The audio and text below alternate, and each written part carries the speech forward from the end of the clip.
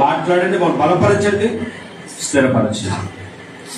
మరి ముఖ్యంగా నాయన నీ వాక్యమును నాయన విని వదిలేసేవారిగా కాకుండా విన్న మాట ప్రకారంగా ప్రతి జీవితం ప్రతి ఒక్కరికి కూడా దయచేయమని నీ మాటలు చెప్పుడుకు సిద్ధపడుతున్న నాకును సమయోచితమైన జ్ఞానమును మరి ముఖ్యముగా సరిగా విభజించి ఉపదేశించుటకును నాలో ఉన్న నీ పరిశుద్ధాత్మక సహాయాన్ని నాకు పంపించమని మా కొరకు త్వరలో రాగలిగిన యేసుక్రీస్తు వరకు నీ నామముని ప్రార్థన మనం అడిగి వేడుకొనిచున్నాము తండ్రి. ఆమేన్. కూర్చుందామండి.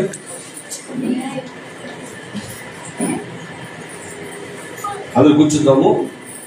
అందరూ కూడా వాక్యం వినడానికి సిద్ధపడి ఉండాలి.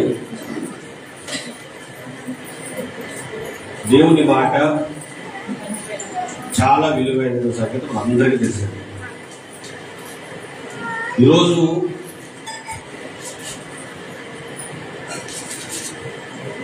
ఇట్టి రీతిగా కలిసి దేవుని నామాన్ని గణపరచడానికే ఇక్కడికి వచ్చాం. దేవుని నామాన్ని గణపరచడానికి రావడం ఏంటండి అని ఒక డౌట్ మీకు వస్తే, దేవుని వాక్యమును వినడానికి, దేవుని వాక్యమును వినడానికి ఇక్కడికి వచ్చిన మనందరం కూడా దేవుని మాట మనం చెవికి వినబడినప్పుడు విన్న తర్వాత ఈ వాక్య ప్రకారంగా నీ బ్రతుకుతున్నానా లేదా అన్న ఆలోచన మనకు రావాలి. ఫస్ట్ వస్తే ఏం జరుగుతుందంటే, ఒకవేళ మనము ఆ వాక్యానుసారంగా బ్రతకట్లేదనుకోండి, బ్రతకడానికి మనం ఏం చేయాలి? సిద్ధపడాలి. ఆ వాక్యానుసారంగా బ్రతకాలి అన్న ఒక ఆలోచనలోకి మనం రావాలి.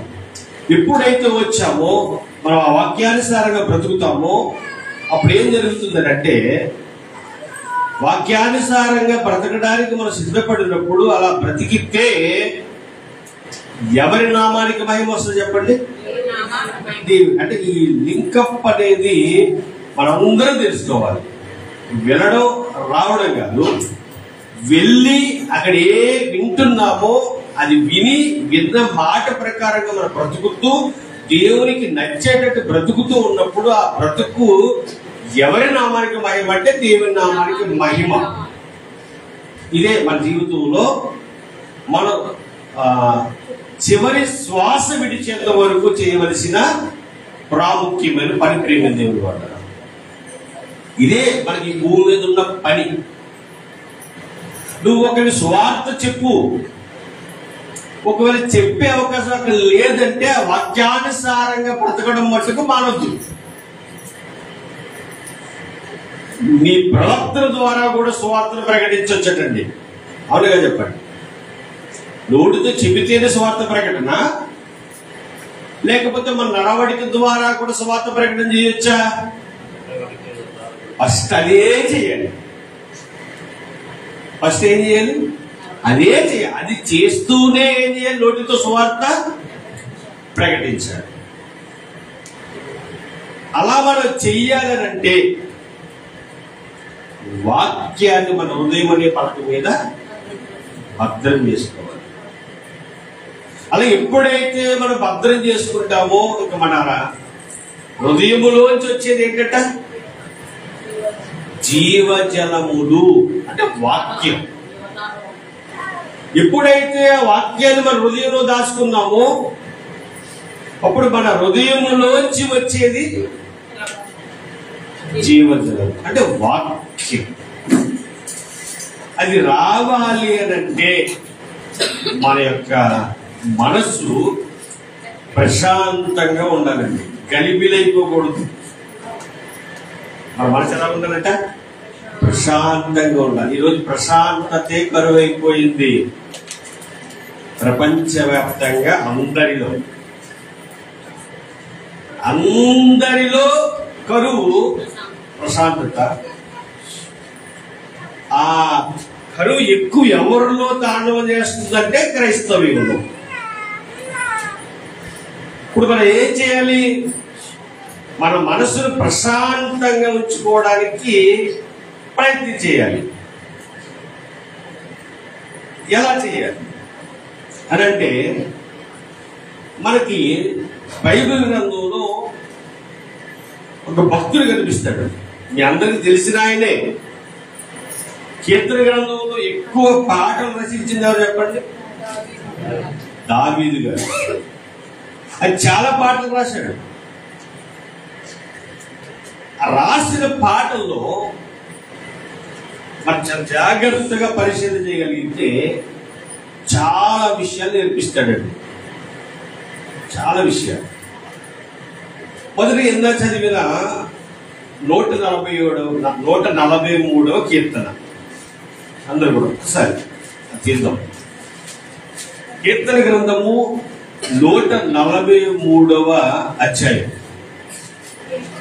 ఇది ఎవరి కీర్తన అంటే దావీదు గారు రాసిన కీర్తన. ఈయన రాశాడు, ఎలా రాశాడు, ఎందుకు రాశాడు, అసలు ఏమంటున్నాడు ఆయన అనేది జాగ్రత్తగా పరిశీలన చేద్దామండి. యెహోవా నా ప్రార్థన ఆలకింపుము, నా విన్నపములకు చెవియొగ్గుము అని ప్రార్థన చేస్తున్నాడు. అంటే మొర పెడుతున్నాడు. ప్రార్థన చేస్తున్న ఆయన అంటున్న మాట ఏంటంటే, యెహోవా నా ప్రార్థన ఆలకించుము, నా విన్నపములకు చెవియొగ్గుము. ఇక్కడ దావీదు గారు ఈ పాట రాసే టైంలో మనం ఆలోచిస్తే అనేక మంది ఆయన మీద తిరుగుబాటు చేస్తున్నారు. అనేక మంది ఆయన్ను బాధపరుస్తున్నారు. ఆయనకు వచ్చిన బాధలు ఎలాంటివారంటే, పిల్లనిచ్చిన మాంగారు ఏం చేస్తున్నాడంట? చంపడానికి ప్రయత్నం చేస్తూ ఉన్నాడు. కడుపును పుట్టిన కన్నా కొడుకు ఏం చేస్తున్నాడట? రాజు సింహాసనం వేయించి కిందకి లాగేయడానికి రెడీగా ఉన్నాడు. ఆ లాగే విషయంలో ఎలాంటి ఇబ్బంది ఎదురైనా సరే, నాకు సింహాసనం కావాలని కూర్చున్నాడు కొడుకు. ఆ సింహాసనం దక్కకపోతే నా తండ్రిని చంపడానికి కూడా రెడీ అన్నాడు. అంటే దావీదు గారికి వచ్చే సమస్యలు ఎవరి నుంచి అంటే రక్త సంబంధికులు. అటు పిల్లనిచ్చిన మాంగారు, తర్వాత కడుపును పెట్టిన కొడుకు. దావీదు గారు ఎవరు సరిగా పట్టించుకునేవారు కదా. అన్నలే అతన్ని చిన్న చూపు చూసేవాడు. దేవుడు ఎలాంటి వారిని ఎన్నుకుంటారంటే, ఇంకా అతన్ని ఎవరు పట్టించుకోరు, వీడెందుకు పనికిరాడు అన్నవారినే ఎక్కువగా లేవనెత్తినట్టుగా మనకు కనిపిస్తుంది బైబిల్ చదివించి. అంటే ఎందుకు ఆ మాట చెప్తున్నారంటే, ఇశ్రాయేలుకి మొట్టమొదటి రాజు సౌలు. సౌలు లీనుడు కాదు. అలాగని ఆయన కించపరిచిన వాడు కూడా కాదు. తండ్రి దృష్టిలో గొప్పవాడే. కొంతమంది అలాంటి వారు ఉన్నారు, ఎందుకు పనికిరానంటి వారు కూడా ఉన్నారు. అంటే దేవుడు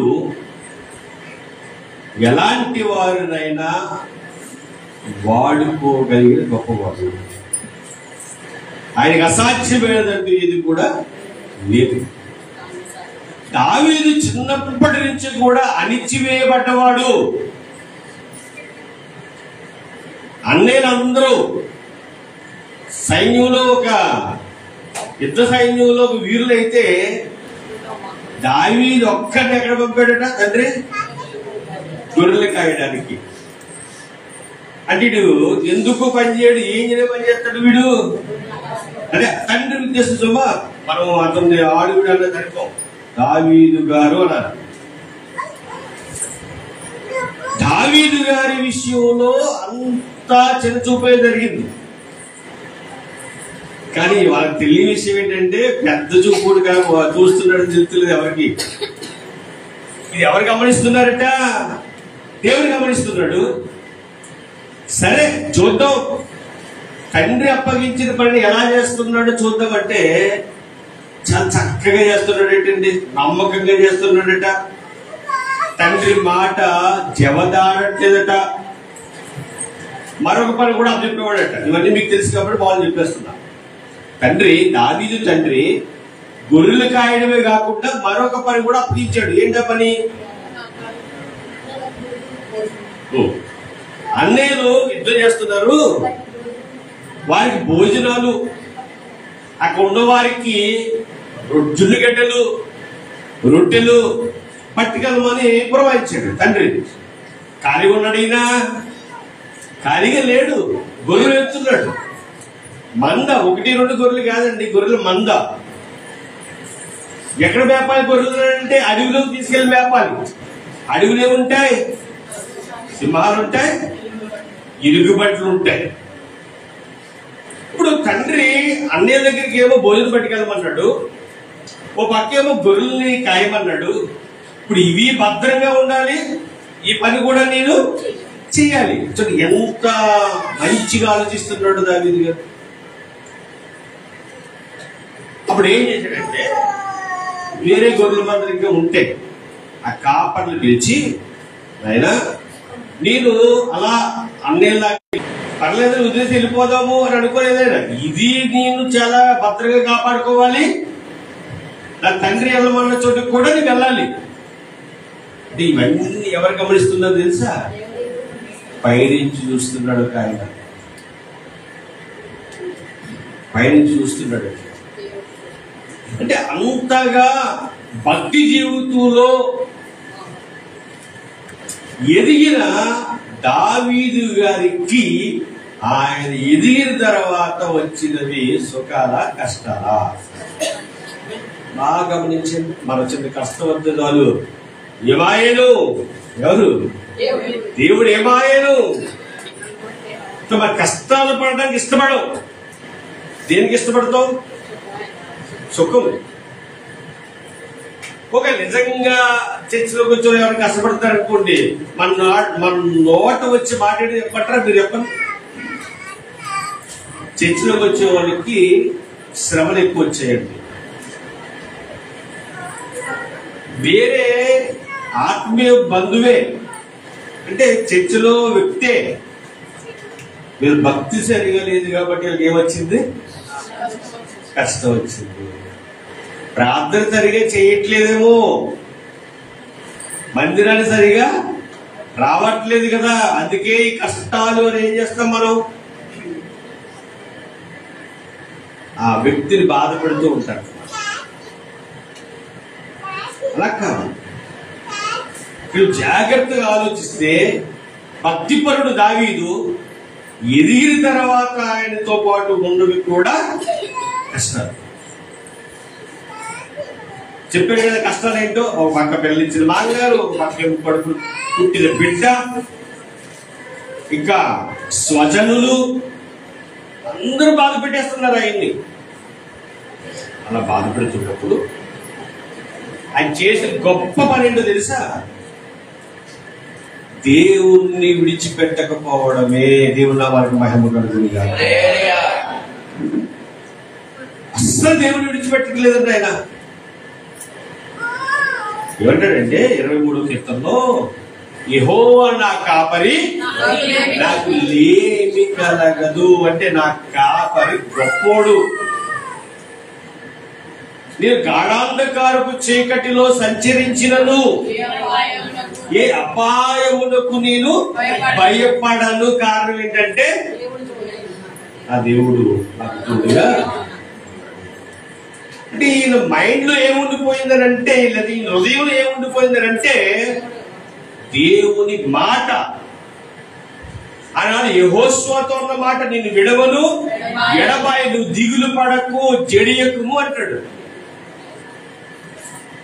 ఇవన్నీ చదువుకున్నాడు. ధర్మశాస్త్రము దివారాత్రం ధ్యానించేవాడు ధన్యుడు. అంటే ధర్మశాస్త్రాన్ని ఏం చేశాడు ఆయన? ధ్యానించాడు. కాబట్టి ఆ ధైర్యం.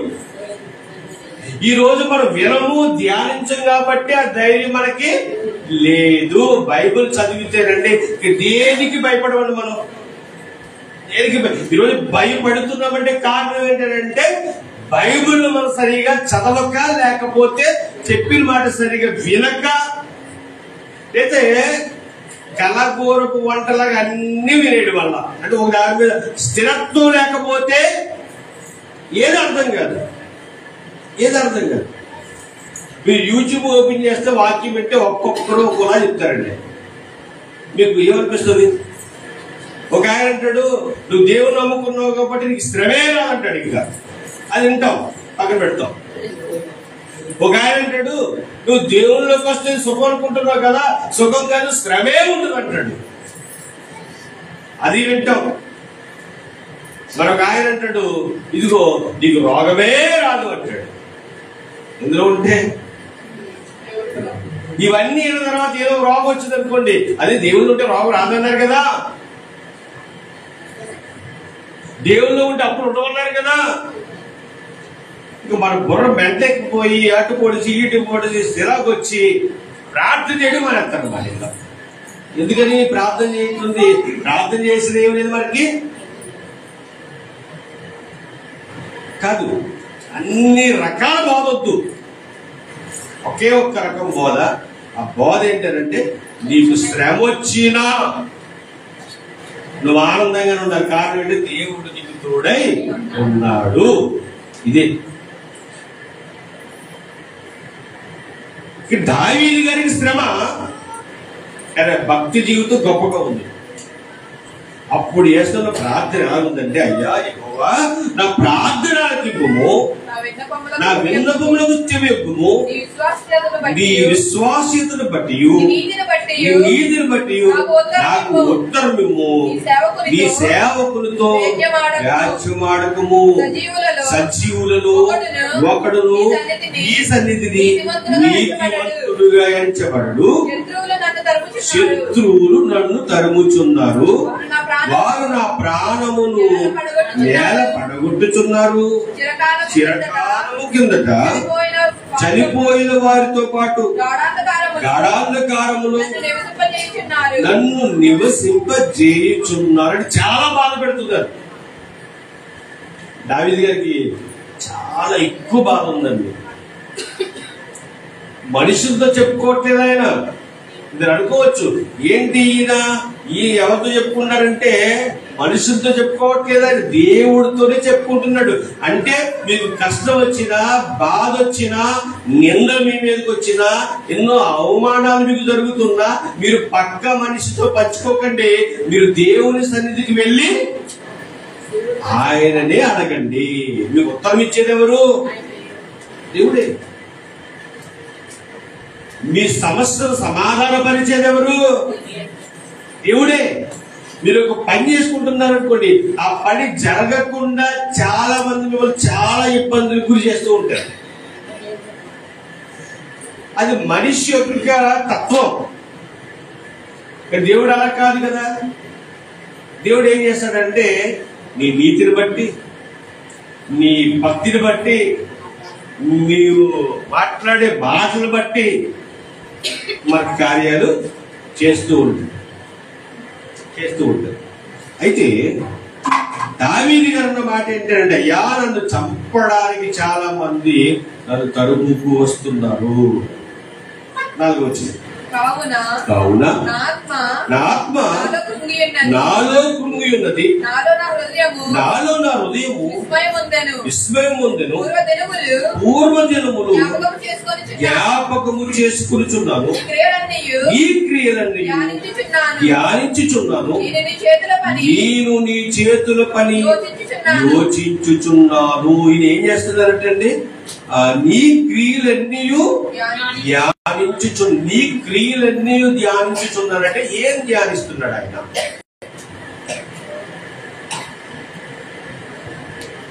ఏం ధ్యానిస్తున్నాడంటే ధర్మశాస్త్రాన్ని ధ్యానిస్తున్నాడు. ఇందా చెప్పారు కదా మీకు, యెహోషువ గారితో దేవుడు మాట్లాడిన మాటలు ఎవరు చదువుతున్నారట? దావీదు గారు చదువుతున్నారట. మోషే గారు ఉన్న కాలంలో ఎర్ర సముద్రం నుండి పాయలుగా చేయబడడం ఇప్పుడు ఎవరు చదువుతున్నారట? దావీదు గారు చదువుతున్నారట. అంటే ఇంకేమొస్తుంది? ఆత్మలో ఒకవేళ కురుగుబాటు వచ్చినప్పటికీ కూడా, ఆత్మలో ఒకవేళ కుమిలిపోతున్నా కూడా ధైర్యం ఎక్కడి నుంచి వస్తున్నారంటే ధర్మశాస్త్రాన్ని ధ్యానిస్తున్నాడు కనుక. తల్లైనా నిన్ను మర్చిపోవచ్చేమో గాని నేను నిన్ను మరవను. నీకు ముదిమి వచ్చేంత వరకు నిన్ను ఎత్తుకుని చక్క పెట్టేవాడిని. ఇహలోకపు తండ్రి నీకు మాట ఇవ్వట్లేదు. ఒకవేళ ఇస్తే పరిస్థితులు బట్టి పారిపోవచ్చేమో చెప్పలేవు. అంటే బాగున్నప్పుడు బాగా వెళ్తామని అనుకోవచ్చు ఒక తండ్రి. అదే పరిస్థితులు తారుమారైపోతే చేయలేరు కదా. ఒక తల్లైనా ఒక తండ్రి అయినా ఈ లోకంలో పరిస్థితులు బట్టే చేయగలం. కానీ నీ పరిస్థితులు ఎలాగున్నా కూడా చేయగలిగింది ఎవరంటే పరలోకపు తండ్రి. ఆయన అన్న మాట ఏంటంటే నీకు ముదిమి వచ్చేంత వరకు ఎత్తుకుని చక్క పెట్టేవాడిని నేనే. నువ్వేళ భయపడుతున్నావు? వయసు అయిపోయింది, కాళ్ళు లొంగిపోతున్నాయని భయపడుతున్నావా? భయపడొద్దు అంటున్నాడు ఆయన. అంతే కదండి. 40వ సంవత్సరం వచ్చేంత వరకు ఒక ధైర్యం ఉంటుంది మనకి. 40 దాడుతుందంటే భయం. ఎందుకు? 40 దాడుతుంటే ఏమవుతాయి? కాళ్ళలో బలం అవుతుందా? చేతుల్లో బలం అవుతుందా? కంటి చూపు పెరుగుద్దా? ఇంక నీ నిక్కచ్చిగా నిలబడి వెళ్ళిపోగలవా? పరిగెట్టగలవా? కొండలెక్కేయగలవా? ఏం చేయగలరు చెప్పండి? అంతకందుకు ఏం జరుగుతుందట? క్షీణించిపోతుంది, బలము తరిగిపోద్ది. సుమారుగా 15 సంవత్సరాల నుంచి బలం పెరుగుద్ది. 40 సంవత్సరం దాటితుంటే బలము తగ్గిపోద్ది.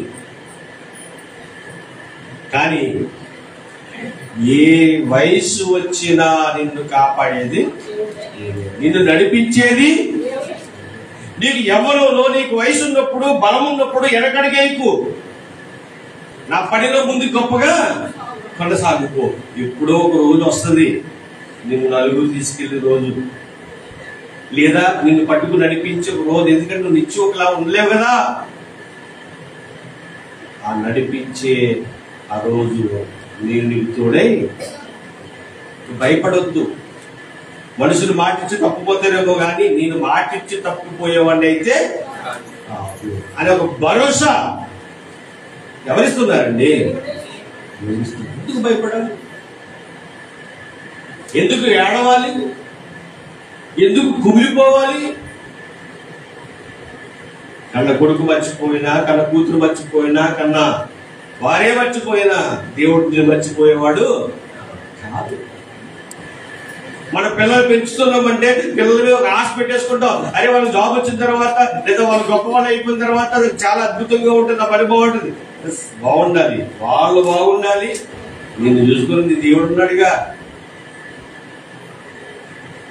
చూసుకునే దేవుడు నీకు ఉన్నాడు కదా. నువ్వెందుకు భయపడతావు?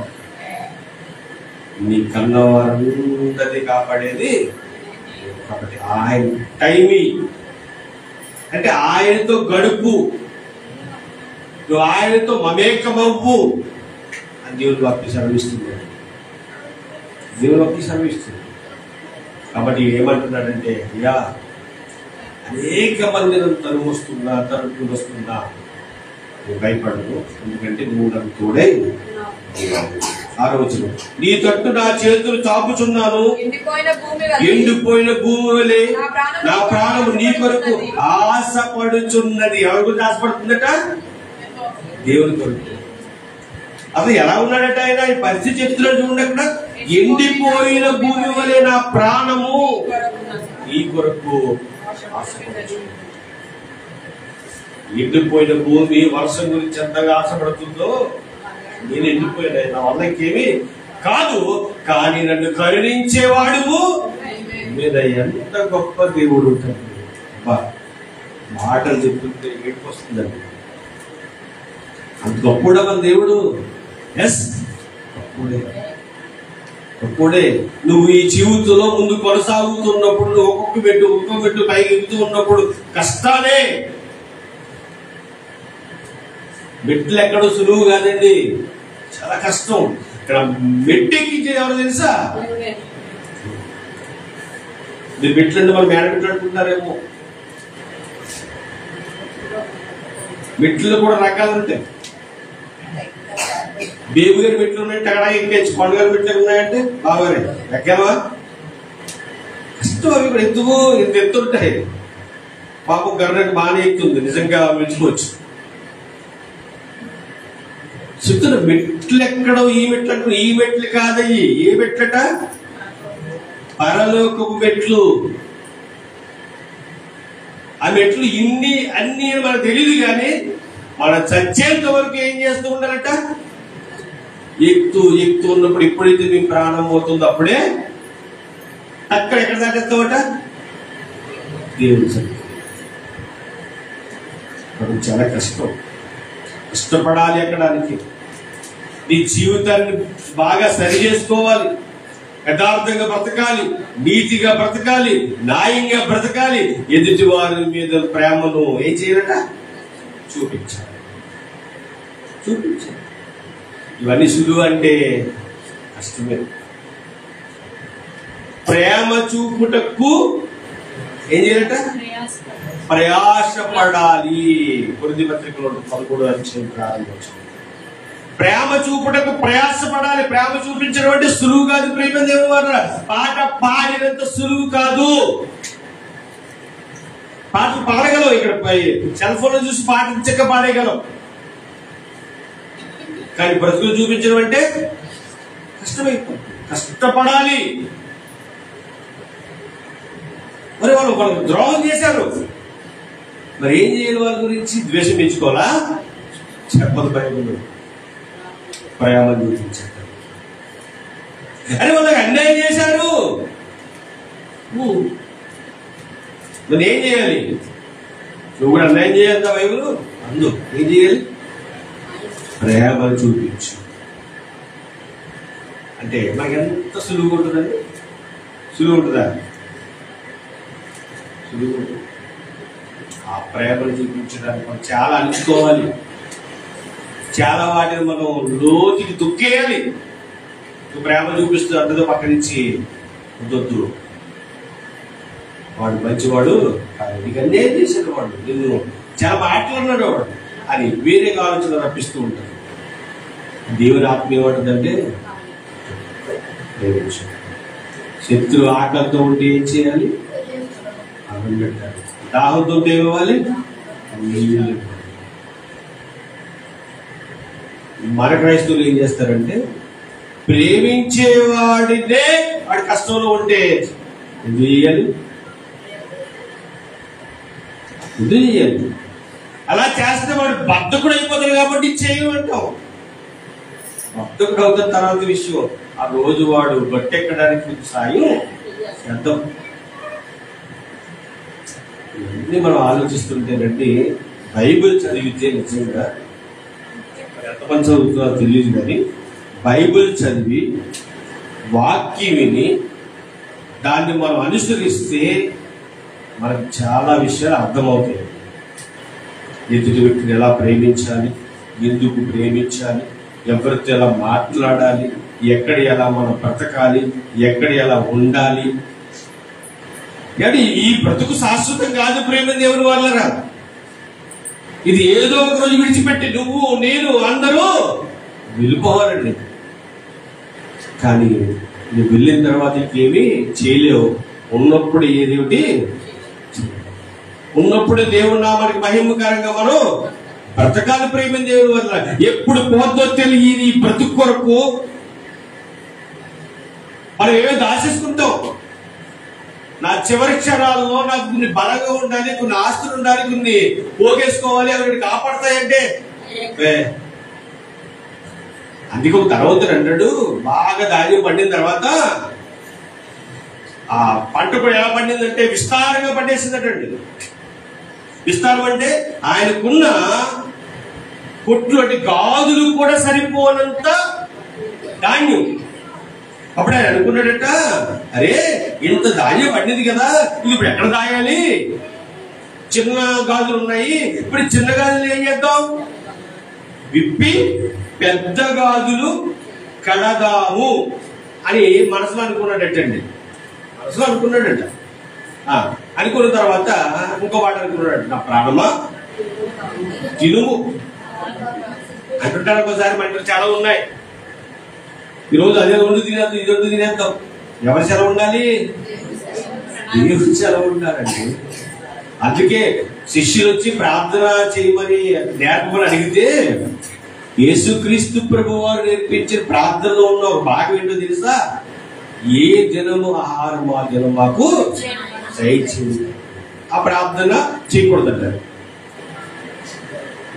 ఇంట్లో ఉంటే కదా వారం రోజులు సరిపడగా ఒక బియ్యం బట్ట వారం పెట్టి నెలతుందా 2 నెలలు వస్తుంది ఉంది కదా, ఎందుకు ప్రార్థన చేయాలంటారు. ఒక ఆయన అన్నాడు, అందుకాదు ఆయన, నీకు కొన్ని సంవత్సరాలు సరిపడగా బియ్యం ఉన్నప్పటికీ కూడా ఉదయం లేవగానే తండ్రి ఈ రోజు నాకు ఈ కడుపుకి ఏదైతే కావాలని నువ్వే నాకు దయచేసి ప్రార్థన చేయాలి ఆయన. కారణం ఏంటంటే ఆయన సెలవులేనిదే ఒక మెతుకు కూడా ఎక్కడికి వెళ్తాడ, నోట్లోకి వెళ్తుంది ఆయన. కాబట్టి నువ్వేం చేయాలి, అయ్యా అనుదినం ఆహారం మాకు. ఎవరి నోట జాలు వారిని మాట చెప్పండి. ఆ మాట యేసుక్రీస్తు ప్రభు వారు నేర్పిన ప్రార్థన అంటే. అది తప్పంటే ఎలా, అది వద్దంటే ఎలా?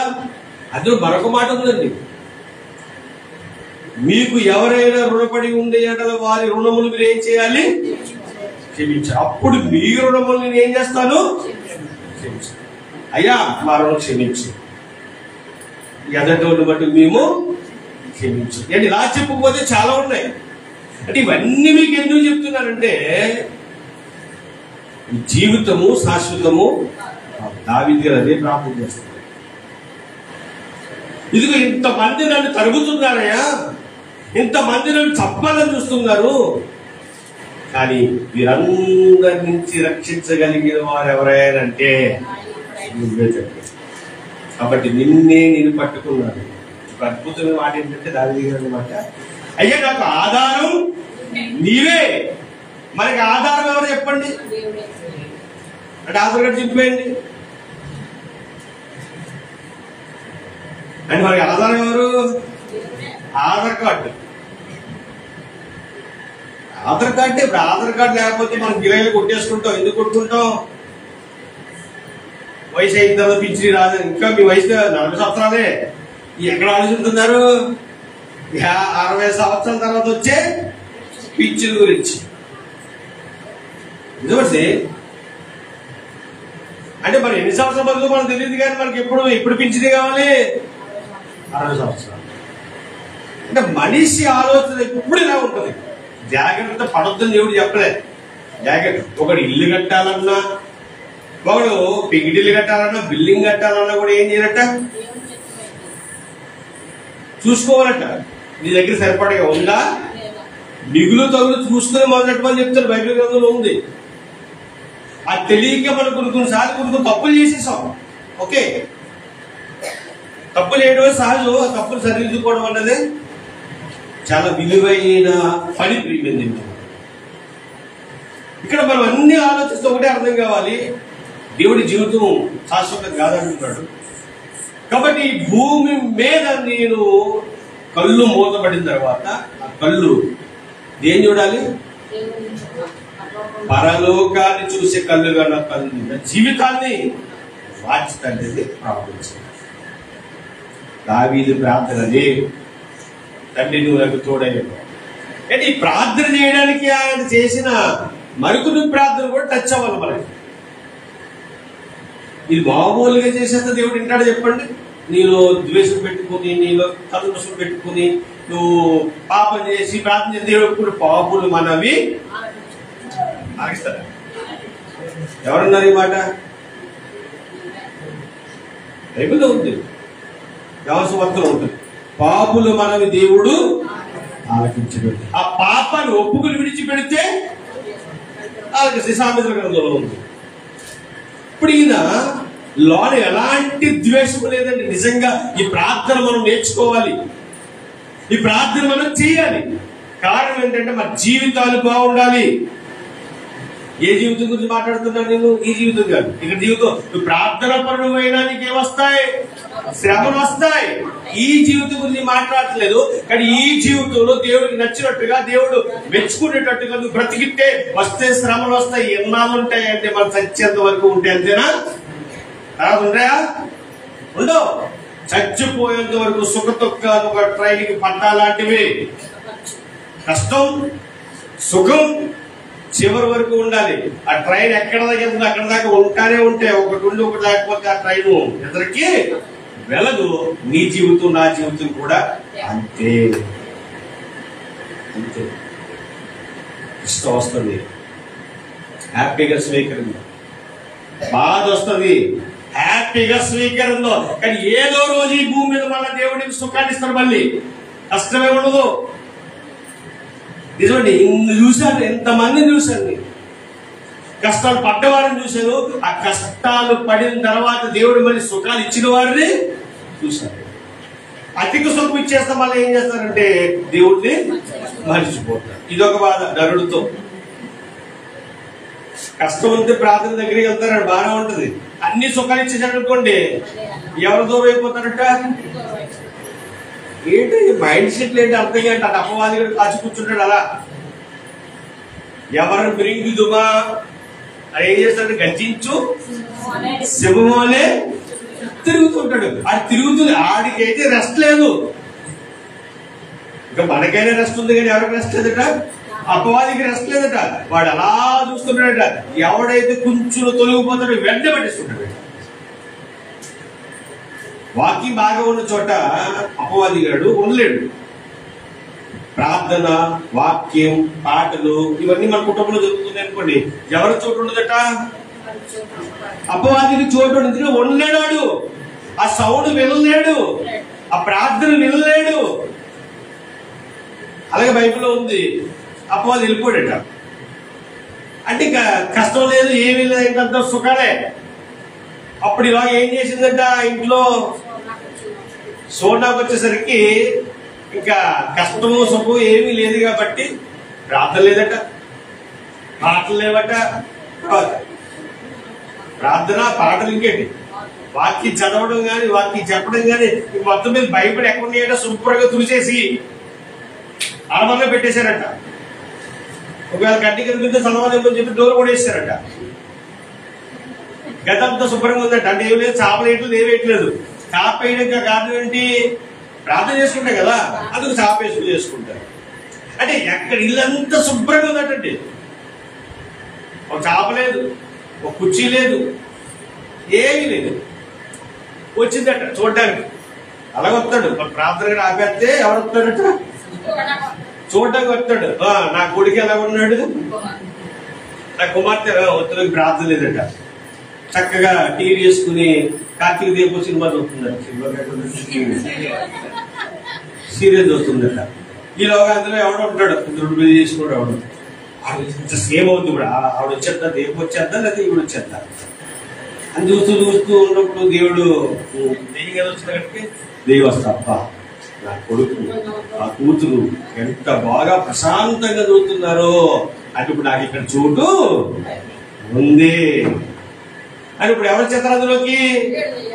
మరీ చెడ్డమైన 7 దెయ్యాలు. అంటే సీరియల్ చూడటమే కాదు, సినిమాలు కూడా చూపించుతారు. సినిమాలు చూడటమే కాదు, బిగ్ బాస్ చూపిస్తుందట. బిగ్ బాస్ చూపించడమే కాదు, బిగ్ బాస్ రాకముందు ట్రైనింగ్ ఉంటుంది వాళ్ళకి. ఆ ట్రైనింగ్ వాళ్ళు చూసి వాళ్ళ గురించి ఆనందపడడం, వాళ్ళ గురించి అప్పట్లో కొట్టడం, వాళ్ళు అరుతుండే వీళ్ళ కేకలేడు. ఇవన్నీ ఎవరు? మరీ చెడ్డమైన 7 దెయ్యాలు ఎవరు ఆహ్వానించారు చెప్పండి? ఆ ఇంట్లో ఉన్నవాడినా, ఆ ఇంట్లో ఉన్న మీద ఆహ్వానిస్తా. ఇప్పుడు ఏం కరువైపోయింది? దేవునితో సహవాసము కరువైపోయింది. దేవునితో సహవాసం గొప్పగా ఉంటుంది. ఎవరు మృంగుదువా అని వాడు గర్జించుకోమని తిరుగుతున్నాడు. కాబట్టి మీరు జాగ్రత్త, మెలకుగా ఉండి ప్రార్థన చేయండి రాయబడి ఉంది. ప్రేమ దేవుని వల్ల ప్రార్థన మనకి ఎవరు నేర్పుతారో తెలుసా? దావీదు గారు నేర్పిస్తున్నారు. చదవండి, బైబిల్ బాగా చదవండి. చదవచ్చిన వాళ్ళు పైకి చదవండి. మరి ఇంట్లో తల్లికి కానీ తండ్రికి కానీ ఒకవేళ చదవడం రాకపోతే మీరు చదివి వినిపించండి. అది చదివితే బాగా అర్థమవుతుంది. ఇలా విన్న తర్వాత చదివితే ఇంకా బాగా అర్థమవుతుంది. అది మన హృదయంలోంచి బయటికి పోదు. బైబిల్ చదవడానికి ఒక సమయం తీసుకోండి. మనం అక్కడక్కడ కూర్చుని మాట్లాడుకుంటున్నాం. ఆ టైంలో రండి, బైబిల్ తీసి చదువుకుందాం, చదవడం మొదలెట్టండి. వాళ్ళ గురించి వీళ్ళ గురించి అడుగుతాం కదా, అడిగే ముందు ఒక్కసారి కూర్చోబెట్టి బైబిల్ చదువు, ఈ రోజు 2 అధ్యాయాలు చదువుకుంటామని చదవండి. గ్రూప్ గా కూర్చొని చదివితే ఇంకా బాగుంటుంది బైబిల్. వ్యర్థమైన మాటలు కట్టిపెట్టి, ముసలమ్మ ముచ్చట్లు కట్టిపెట్టి ఏం చేయాలి? పరిశుద్ధ గ్రంథాన్ని చేతబట్టి దేవుని వాక్యాన్ని చదవాలి. చదివితే వచ్చే ఆ గొప్ప ఆనందం వేరు. ప్రేమ దేవుని వల్ల అప్పుడు వాక్యం వింటుంటే అర్థమవుతుంది. జుంటె తేనె దారుల కన్నా మధురమైనది దేవుని వాక్యం. వెండి బంగారముల కన్నా కోరదగినది దేవుని వాక్యం. విషయం చెప్తే జాగ్రత్త వినండి. బైబిల్ని కానీ మనం అలా చదివి వాక్యాన్ని జాగ్రత్తగా విని హృదయం అనే పలక మీద భద్రం చేసుకుంటే మన కోటీశ్వరులం. దేవునామానికి కోటీశ్వరుడు అని ఎవరిని అంటారంటే 10 కోట్లు దాటిన వాడెవరట? ₹1 కోటీశ్వరుడు కాదట. 10 కోట్లు ఉన్నవాడు కోటీశ్వరుడు అంటే ఒక ఆయన చెప్పాడు. అసలు లోకంలో సామెత మరొకటి ఉంది. నువ్వు ఆరోగ్యంగా ఉంటే కోటీశ్వరుడు కంటే గొప్పడు. నేనంటారు కదా, దేవుని వాక్యంలో ఉంటే ఇక ఈ భూమి మీద ఎన్ని కోట్లు ఉన్నాయో అన్ని కోట్ల కంటే కూడా నువ్వే గొప్ప. దేవుని నామానికి మహిమ కలుగును గాక. ఆ స్థితి దేవుడు మనకి ఇచ్చాడు. ప్రేమ దేవుని వల్ల చిన్న చిన్న వాటికి దెబ్బలాడుకోవడం, చిన్న చిన్న వాటికి ఇంకా ద్వేషాన్ని పెంచుకోవడం వద్దొద్దు, ఏమి వద్దు. దేవుడు ఎలాగైతే బ్రతకపోతున్నాడో అలాగే బ్రతుకుతావు. దావీదు అంటున్న మాట చూపించి నేను ముగిస్తాను. మాట ఏంటంటే, ఈ గొప్ప ప్రార్థన చేయగలుగుతున్నాడంటే ఆయన ఒక మాట అన్నాడు దేవుడి దగ్గర. 139వ కీర్తన 139వ కీర్తన 23వ వచనం. దేవా నన్ను పరిశోధించి మళ్ళీ చెప్తారు సార్ వినండి. కీర్తన గ్రంథము 139వ అధ్యాయం 23వ వచనం. దేవా నన్ను పరిశోధించి నా హృదయమును తెలుసుకును, నన్ను పరీక్షించి నా ఆలోచనను తెలుసుకును. నీకు ఆయాసకరమైన మార్గము నా యందున్నదేమో చూడుము, నిత్య మార్గమున నన్ను నడిపించుము. ఏమనుకున్నాడు చెప్పండి అక్కడ? అయ్యా నేను బాగానే ఉన్నాను అనుకుంటున్నా, నా బ్రతుకు బాగుందని అనుకుంటున్నాను, కానీ నన్ను పరిశోధించేది నీవు. సో 139 పై వచ్చిన చూడండి. 139 పై వచ్చిన. యెహోవా నీవు నన్ను పరిశోధించి తెలుసుకుని ఉన్నావు. నేను కూర్చుంటా, నేను లేచుటా నీకు తెలియను. నా తలపులు పుట్టక మునిపే నీవు నా మనసు గ్రహించి ఉన్నావు. నా నడకను నా పడకను నీవు పరిశీలన చేసి ఉన్నావు. నా చర్యలన్నిటినీ నీవు బాగుగా తెలుసుకుని ఉన్నావు. యెహోవా మాట నా నాలుకకు రాక మునిపే అది నీకు పూర్తిగా తెలిసి ఉన్నది. అయ్యా నీకు తెలుస్తండి నాయన. కాబట్టి ఒకటి అడుగుతున్నాను, నీకు నచ్చనిది, నీకు ఇష్టం లేనిది, నీకు ఆయాసకరమైనది ఏదైనా నాలో ఉంటే తీసేవా ప్రభువా.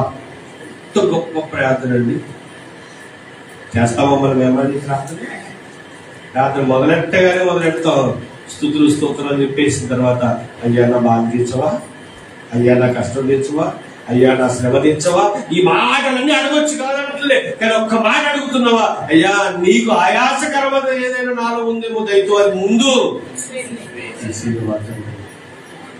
నీ నామాన్ని పలకడానికి కూడా యోగ్యత లేని నన్ను నీ సన్నిధిలో నిలబెట్టావు తండ్రి.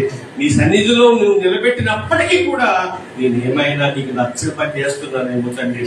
దయతో అలాంటి పనులు చేయకుండా నన్ను నేను సరి చేసుకునేలాగా నువ్వు నాకు ధైర్యము, విశ్వాసము, నమ్మకము నాకు దయచేయి తండ్రి. ఎందుకంటే నా చేతుల్లో ఏమీ లేదు తండ్రి, అంతా నీ చేతికే అప్పగించాను. దేవుడు అన్నాడుగా, నీ ప్రవర్తన అంతటి ముందు ఆయన అధికారానికి, అంటే నా అధికారానికి ఒప్పుకోమని చెప్పాడు కదా. ఇప్పుడు మనం అప్పుడు ఆయన అన్నప్పుడు ఆయన ఇచ్చేస్తే మనం ఎంత తేలికైపోతామో. ఇప్పుడు చేసే ప్రార్థన అండి, ఇది మామూలు ఏది మనం చేయలేం. ఆయన అధికారానికి ఒప్పుకుంటే మట్టుకు చేయగలం. కారణం ఏంటంటే నేనేమీ చేయలేదు తండ్రి, నాకు అంత స్తోమత లేదు, అంటే అంత దృఢమైన బలమైన వాడిని కాదు నేను. కానీ నమ్ముకున్న దేవుడు నువ్వు గొప్పడువే. కాబట్టి కదయ్యా నీ అధికారానికి అంతటికి నా ప్రవర్తన ఇచ్చేస్తున్నాను. కాబట్టి నువ్వేం చెప్తే అదే చేస్తాను. కానీ ఏదైనా అపవాదిగడు ప్రేరేపిస్తాడేమో వాడిని జయించే శక్తి మటుకు నువ్వే నాకు దయచేసి. ఎంత గొప్ప ప్రార్థన చూడండి. అంటే ఎప్పటికప్పుడు అపవాది బారి నుండి తప్పించుకోగలిగిన ప్రార్థన. అది ఎవరు చేశారండి? కాబట్టి ఆయన పాపంలో పడిపోయినప్పటికీ కూడా ఆ పాపాన్ని ఒప్పుకుని విడిచిపెట్టి, అయ్యా నీ మందిరాన్ని నుంచి నన్ను బయటికి గెట్టేయొద్దు తండ్రి, నీ ఆత్మను మరలా నాకు దయచేయి తండ్రి, నా పాపములను కడిగేసి నన్ను హిమము కంటే తెల్లగా. ఎటువంటి దావీదు గారు చేసిన పాడిన ప్రతి పాట, అంటే కీర్తన గ్రంథంలో ఆయన రాసిన ప్రతి అధ్యాయము అవసరమైతే లోడ్ చేసుకోండి. సుమారుగా ఎన్ని ఉంటాయో వచ్చి వారు చెప్తారు, నీవు సరిగ్గా దాన్ని పరిశీలించలేదు. 75, 55 ఉంటాయి ఆయన రాసినవి ప్రత్యేకించి ఇందులో. అవి రాసుకోండి, అవి చదవడం మొదలు పెట్టండి. పోయి అన్ని మనం చదవబోతున్నాం, ఒక చదువుతాం. ఆది కాండం ప్రారంభిస్తాం. ఆది కాండము పామొచ్చి వాళ్ళు మోసం చేసిన తర్వాత దేవుడు వాళ్ళని ఏదో బయటికి ఇంటేస్తారు కదా, అక్కడ చదువుతామండి. గట్టిగా వస్తే ఎక్కడ దాకా చెప్పంటారా? 6వ అధ్యాయం దాకా వస్తారు. 6వ అధ్యాయం ఎవరుంటారు? నోవాహు గారు ఉంటారు. అక్కడ దాకా వచ్చిన తర్వాత సర్లే ఎక్కువైపోతుందని చెప్పి ఆపేస్తాం. తర్వాత సరే ఇలా కాదు, సామెతల గ్రంథం మొదలెడదామని చెప్పి సామెతల గ్రంథం స్టార్ట్ చేస్తాం. 1వ అధ్యాయం చదువుతారు, 2వ అధ్యాయం చదువుతారు, 3వ అధ్యాయం వచ్చేసరికి ఇలా కాదు కీర్తన గ్రంథం చదువుదామంటారు. అంతే, మనం అన్ని అక్కడక్కడ పుస్తకాల్లో అక్కడక్కడ చదివేసే వాళ్ళు ఉంటారు. అలా కాదు, ఏదైనా మీరు బైబుల్ చదవలేని వారు ఉంటే మటుకు చదువు వచ్చిన వారి దగ్గర భయపెట్టుకోండి, చదవమని చెప్పండి, మీ చెబుతూ వినండి. ఇది ఒక ప్రాసెస్. రెండోది ఏంటంటే ప్రార్థన నాకు రాదు అంటే కుదరదు. అందరూ ఏం చేయగలరు? ప్రార్థన చేయగలరు. కాబట్టి ప్రార్థన మటుకు అందరూ చేయాలి.